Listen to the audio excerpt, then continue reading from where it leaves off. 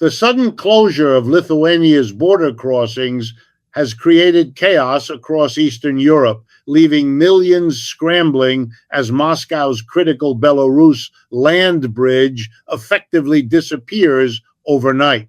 This bridge, a vital artery for Russian logistics and commerce, has long been more than a strip of asphalt. It's been the lifeline connecting Moscow to global trade routes and military maneuvering. Now, with Lithuania's shutdown, panic reverberates through supply chains, energy markets, and transport corridors, as both civilians and businesses confront the reality of an abruptly severed connection. People are frantically looking for alternative routes, but the geopolitical map offers no easy escape.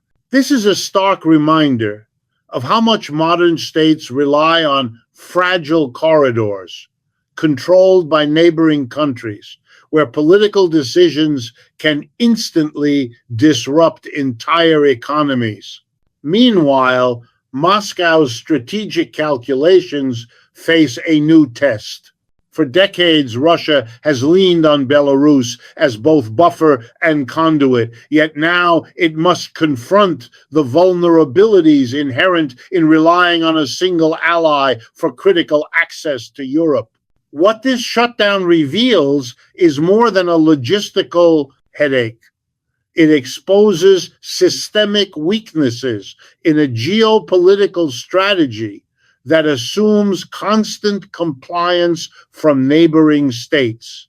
Investors are jittery, markets are reacting, and ordinary people, particularly in border regions, are confronting shortages and delays. The ripple effects will not be limited to transportation, energy deliveries, industrial supply chains, and even the movement of agricultural products face sudden disruptions. The move also signals a sharp assertion of sovereignty by Lithuania, which refuses to be a passive actor in larger geopolitical contests. By controlling border access, Lithuania demonstrates that smaller nations can exercise immense influence even over superpowers when they leverage their geographical positions strategically. It underscores an uncomfortable reality for Moscow.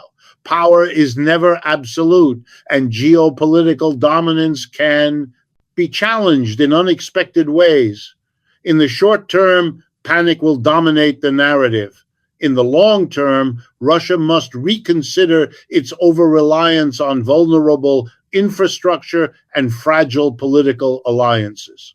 For ordinary citizens, this disruption is immediate and visceral.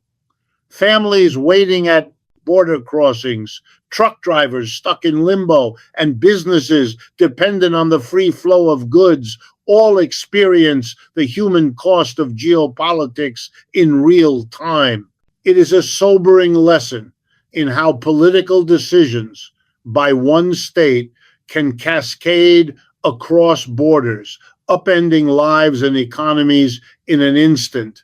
And while headlines focus on tension between Moscow and Vilnius, the underlying story is about a structural fragility in globalized supply networks and how power, even for a state like Russia, is contingent and negotiable.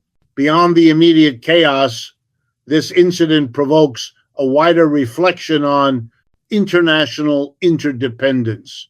States may aspire to unilateral power, but their strategies are constantly moderated by geography, alliances, and the agency of other nations. Lithuania's decision is not just defensive.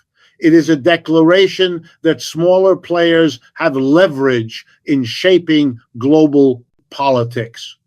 Russia's reaction in the coming days, whether it seeks alternative routes, negotiates diplomatically, or escalates, tensions will reveal much about its strategic flexibility and the limits of coercive influence in today's interconnected world. Finally, What we are witnessing is both a crisis and a lesson.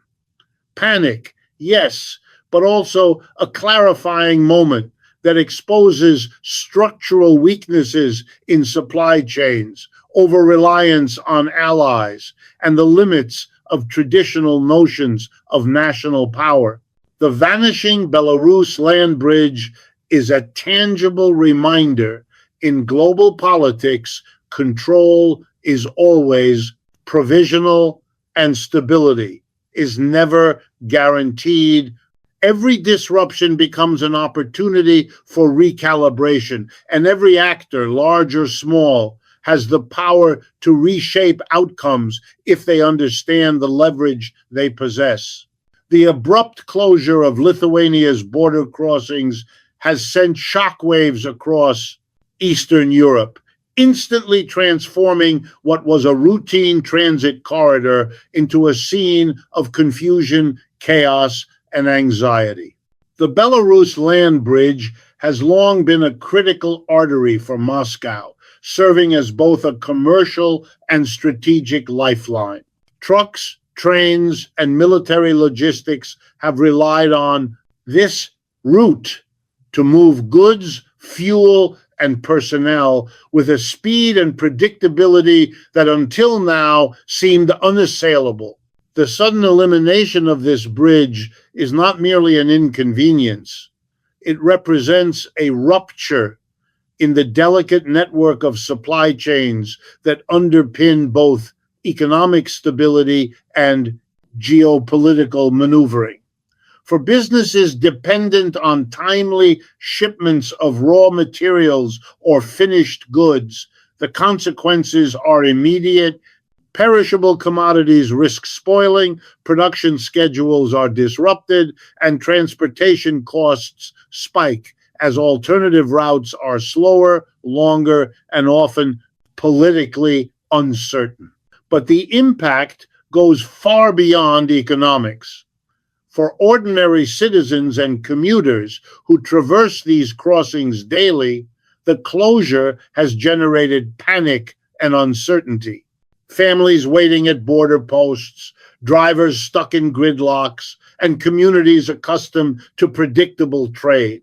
And travel patterns are suddenly facing delays that have tangible social and financial consequences. The disruption is a visceral demonstration of how geopolitical decisions made in capitals far from local realities can cascade downward to affect the lives of millions. Moreover, the psychological effect of this sudden cutoff cannot be understated.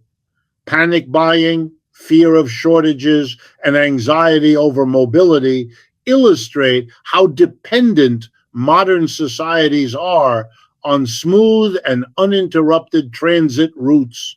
From a strategic perspective, Lithuania's move is a demonstration of the leverage smaller states hold when positioned at critical choke points.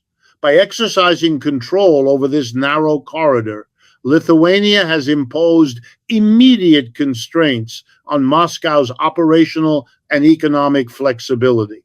The closure undermines not only Russia's commercial interests, but also its broader political calculations, revealing vulnerabilities in a strategy that assumed reliable access through Belarus.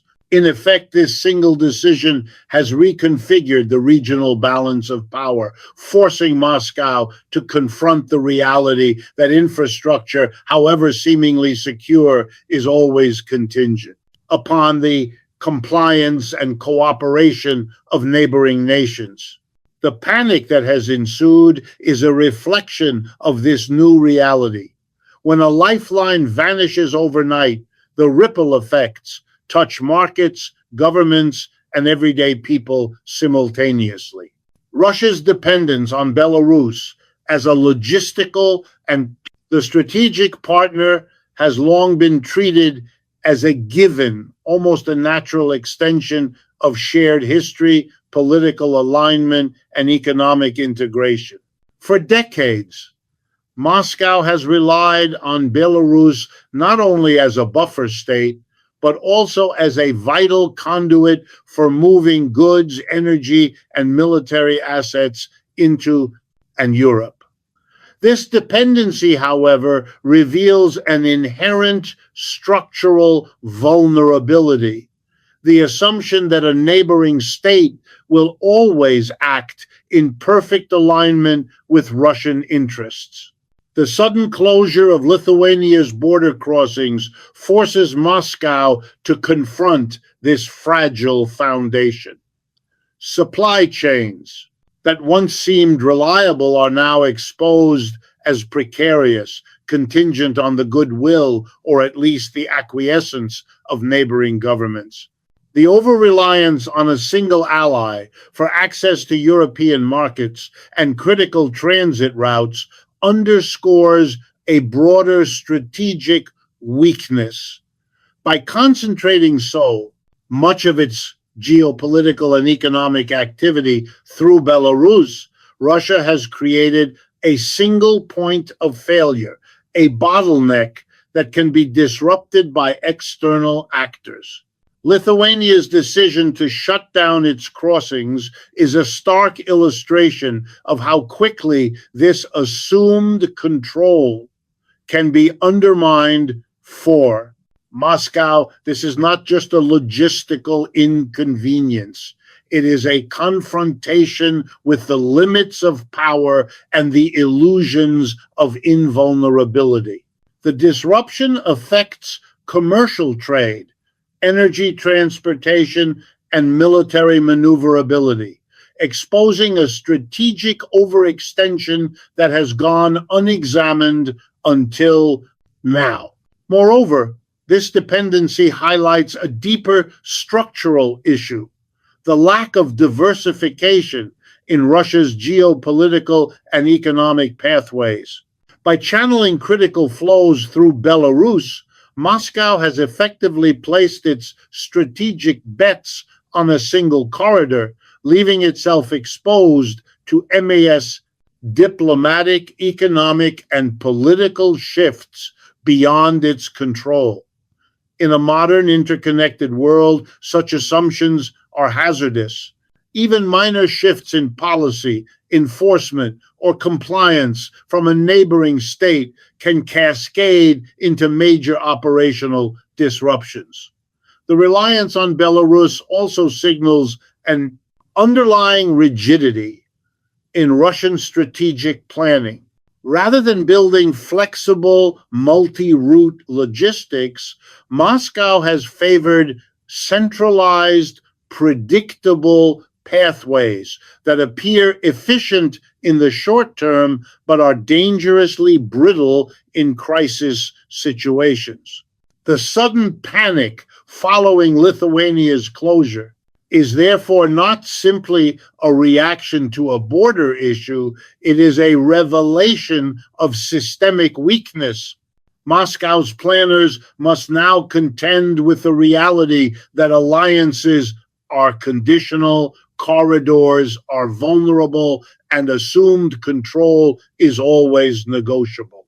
This moment exposes the limits of unilateral strategy in a region where geography, politics, and the agency of smaller states continually shape the operational landscape, demonstrating that even a superpower is constrained when its infrastructure and strategy are overly dependent on a single fragile partnership. The sudden closure of Lithuania's border crossings has cast a glaring spotlight on the fragility of modern supply chains, energy networks, and transport corridors, revealing how dependent entire regions are on uninterrupted logistical flows. The Belarus land bridge was more than just a convenient route. It was a structural backbone, supporting the movement of goods, fuel, and essential services across Eastern Europe. With its abrupt shutdown, The vulnerabilities of these interconnected systems have become impossible to ignore. Every delay, every stalled shipment, and every blocked convoy illustrates the delicate balance upon which economies, industries, and households depend. The panic is not irrational, it is the natural consequence of a system that has been designed for efficiency rather than resilience. For businesses, the impact is immediate and severe. Manufacturing operations reliant on just-in-time delivery are thrown into disarray, warehouses overflow, and costs escalate as companies scramble to find alternative routes. Energy networks, particularly those dependent on cross-border fuel transport, experience strain, creating potential shortages that ripple from power plants to local consumers. Even routine commodities, food, medical supplies, industrial components face bottlenecks that highlight the systemic exposure of highly centralized transit corridors. This disruption is a powerful reminder that in the modern global economy, a single choke point can cascade into a regional or even global crisis. Transportation networks, often taken for granted, are particularly vulnerable. Rail lines, highways, and border crossings have been optimized for efficiency, not redundancy. When one critical link is suddenly blocked, the ripple effects are immediate. Trucks pile up at alternative crossings, trains are delayed, and logistical planners face impossible decisions under extreme time pressure. The closure also emphasizes the interdependence of infrastructure systems, energy flows, trade routes, and industrial production are not isolated. They are deeply intertwined, so that disruption in one segment spreads like shockwaves throughout the entire network. Moreover, this fragility carries geopolitical implications. The Belarus land bridge shutdown demonstrates how a smaller state, by controlling a critical node, can influence much larger powers. By simply asserting authority over a key border, Lithuania exposes the vulnerability of Russian and regional planning, showing that even superpowers cannot take transit and trade routes for granted. It is a sobering illustration of how infrastructure and logistics, often considered mundane, are in fact central to economic power and political leverage. Finally, the human dimension is inseparable from this fragility.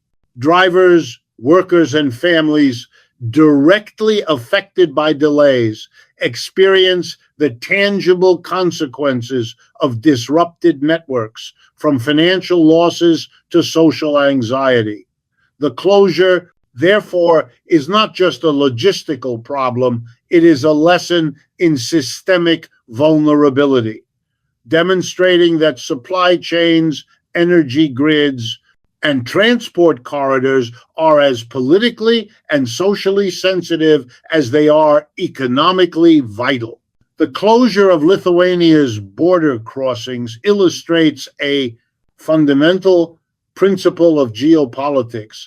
Size and military strength do not always determine influence. Smaller nations, when positioned strategically, can exert outsized power over larger states. Lithuania, by controlling key border points along the Belarus land bridge, has demonstrated that geography and political will can become powerful tools, even in a region dominated by superpowers like Russia. By simply enforcing its sovereignty and regulating border access, Lithuania forces Moscow to reconsider its logistics, trade flows, and strategic calculations. This is leverage in its purest form. the ability to shape the behavior of larger actors without the need for overwhelming military force or economic dominance. The significance of this leverage becomes evident when considering the ripple effects. Russia's reliance on the Belarus corridor is not merely a convenience, it is a structural pillar of economic and military planning. When a smaller country like Lithuania interrupts this system, it exposes the vulnerability of these plans and compels Moscow to react. The influence is immediate, tangible, and consequential. Even superpowers must negotiate, strategize, or risk significant disruption when smaller actors exercise control over critical choke points. This is a profound lesson in power dynamics. Leverage is often situational, deriving not from size, but from control over vital resources or infrastructure. Moreover, Lithuania's actions underscore the strategic intelligence required to recognize and exploit leverage. It is not enough to simply occupy a geographically significant position. The nation must be willing to act decisively when opportunity arises. By closing the border, Lithuania communicates that its policies are not subordinate to the ambitions of larger neighbors, reinforcing its sovereignty while simultaneously influencing regional geopolitics. This demonstrates that smaller states, far from being passive actors, can actively shape outcomes in international relations through well-timed, calculated decisions.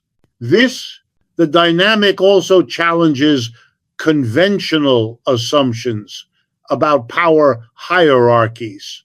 Global politics is often framed as a contest between large dominant nations. Yet the Lithuania example shows that influence is multidimensional.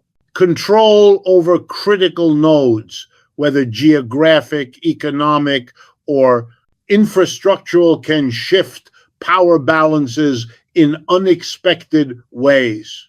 The result is a system where strategic positioning, political courage, and situational awareness allow smaller nations to exert influence that belies their size, affecting both regional stability and the operational capabilities of far larger powers.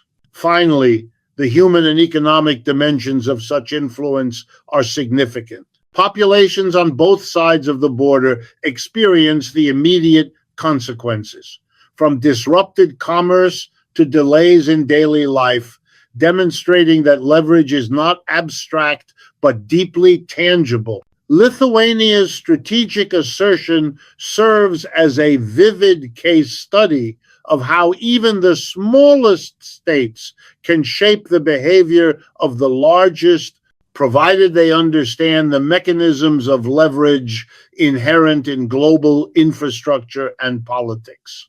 The closure of Lithuania's border crossings is not only a geopolitical maneuver, it is a human crisis, revealing how deeply ordinary citizens are affected by decisions made far above their heads. While analysts discuss strategy and logistics, families, workers, and commuters are the ones experiencing tangible consequences on the ground.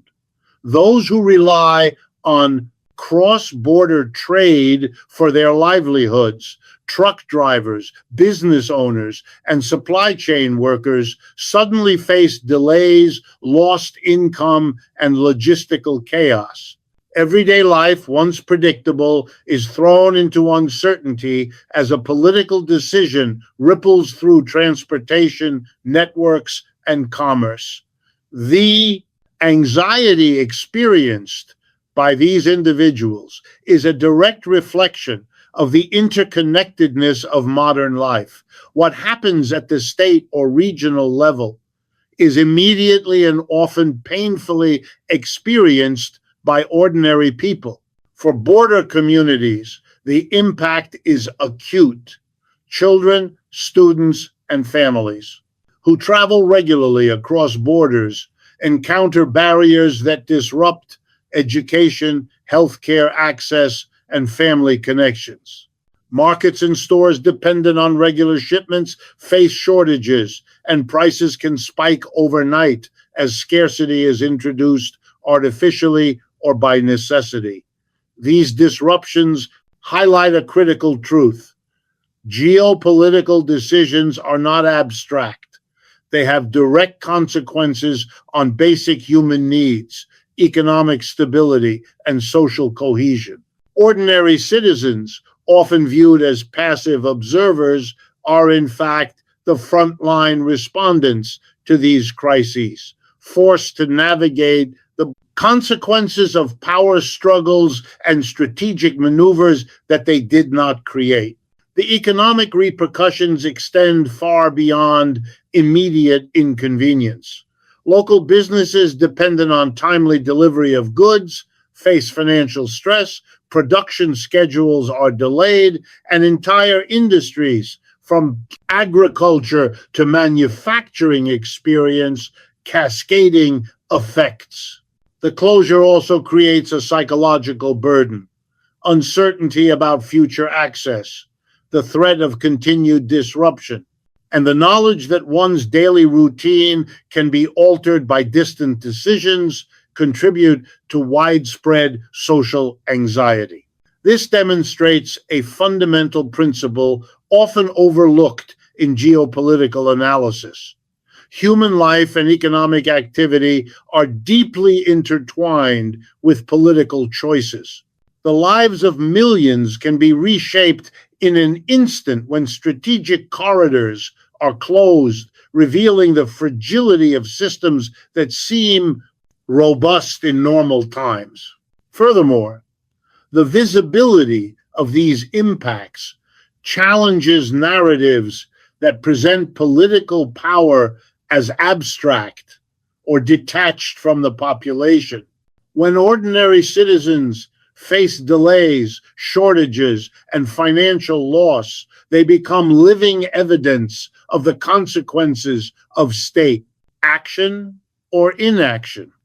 In this sense, the Belarus land bridge closure is not merely a story of Moscow, Minsk, and Vilnius.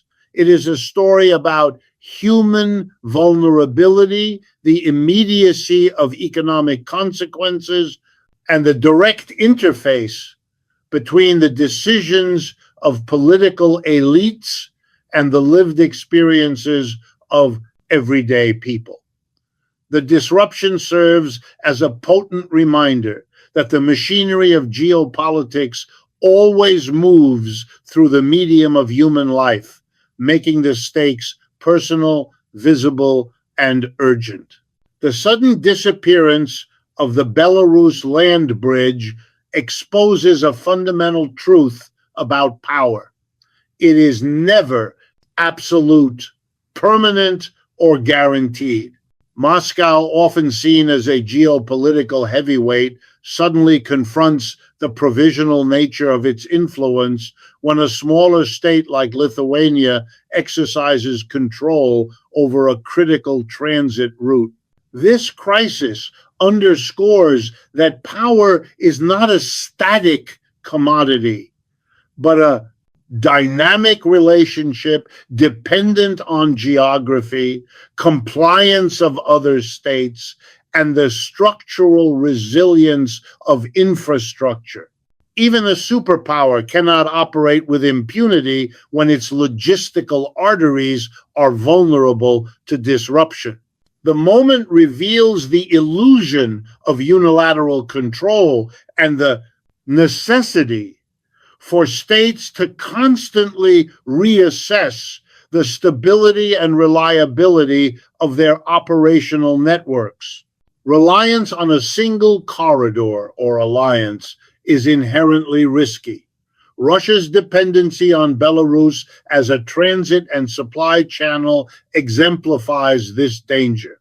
By concentrating so much strategic activity through a single partner, Moscow has exposed itself to vulnerabilities that can be exploited by third parties or even by minor political shifts in allied states. Lithuania's decision to close the borders demonstrates how quickly the balance can shift, turning perceived strength into operational fragility. The crisis serves as a warning. Centralized dependent pathways may appear efficient in peacetime, but they are brittle in moments of disruption, and they leave states exposed to both economic and political shocks. This reality reinforces the strategic necessity of diversification. States must cultivate multiple alliances, establish alternative routes, and create redundancy in critical infrastructure. Dependence on a single ally or pathway may streamline operations temporarily, but it amplifies risk exponentially. Modern geopolitics, characterized by interdependence and rapid information flows, demands that powerful nations plan for contingencies and assume that compliance from others is never guaranteed. The Belarus land bridge crisis vividly illustrates the consequences of failing to prepare for disruption. Supply chains falter, the distribution suffers, markets react violently, and the credibility of state strategy is called into question. Moreover, the incident highlights the interplay between political power and physical geography. Control over choke points, whether borders, ports, or pipelines, can suddenly redefine influence, showing that strategic advantage is contingent, not permanent. States must recognize that dominance is exercised not only through raw military or economic might, but also through flexibility, redundancy, and foresight. The lessons are clear. Power is provisional, alliances are conditional, and resilience is a prerequisite for enduring influence. The closure of the Belarus corridor, while momentary, serves as a profound illustration of how even entrenched powers are limited by the systems and structures they depend on, and how strategic foresight can determine whether a nation survives disruption or succumbs to it.